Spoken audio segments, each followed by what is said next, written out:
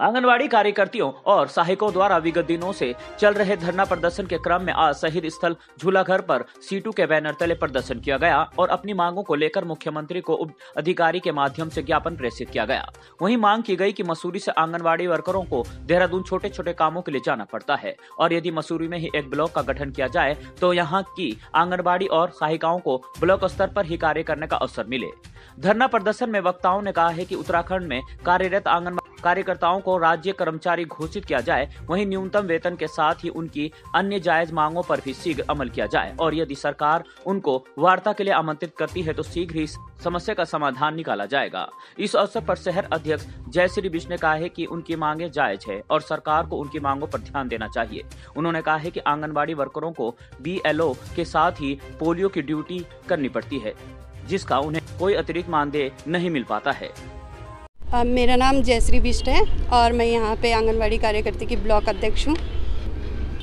देखिए, ये धरना पिछले 20 तारीख से हम लोगों का पूरे राज्य स्तर पर चल रहा है और यहाँ पर कुछ ऐसे कार्यकर्तियाँ हैं जो असमर्थ हैं नीचे जाने में, देहरादून जाने में सांकेतिक धरना। इसलिए हमने ये निर्णय लिया था कि एक दिन का हम यहाँ पे सामूहिक धरना करेंगे ब्लॉक स्तर पर जी।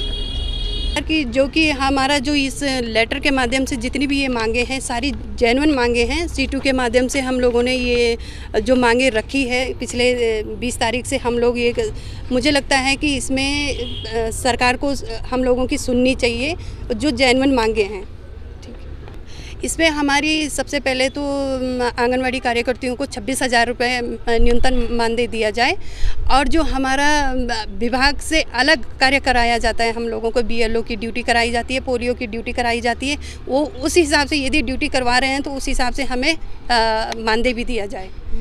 हमारी जो ये है वास्तव में हम लोगों का जो पहले तो मैं अपने ब्लॉक स्तर की बात करूंगी। अभी ये तो हमारे पूरे राज्य स्तर की मांगे हैं, सारी मांगे बहुत सही तरीके से दी जाती है। जो ब्लॉक स्तर पे हमारी मांगे थी, जो हम लोगों को सामान्य ये है और एक ही सुपरवाइज़र की नियुक्ति यहाँ पे हम लोगों ने मांग रखी थी, तो उससे भी हम लोगों को काफ़ी सुविधा मिलेगी। एक ही सुपरवाइज़र यदि मसूरी के अंतर्गत आती है तो हम लोगों की ये दौड़ भाग बचेगी, क्योंकि हम लोगों को ना तो TA बिल मिलता है और ना DA बिल मिलता है, ठीक है। और जो सामान हम लोगों को अंडे, खजूर, चिप्स हमको जो देहरादून से लाने पड़ते हैं, ढोने पड़ते हैं, उस चीज़ में हमें बहुत समस्याएं आती है।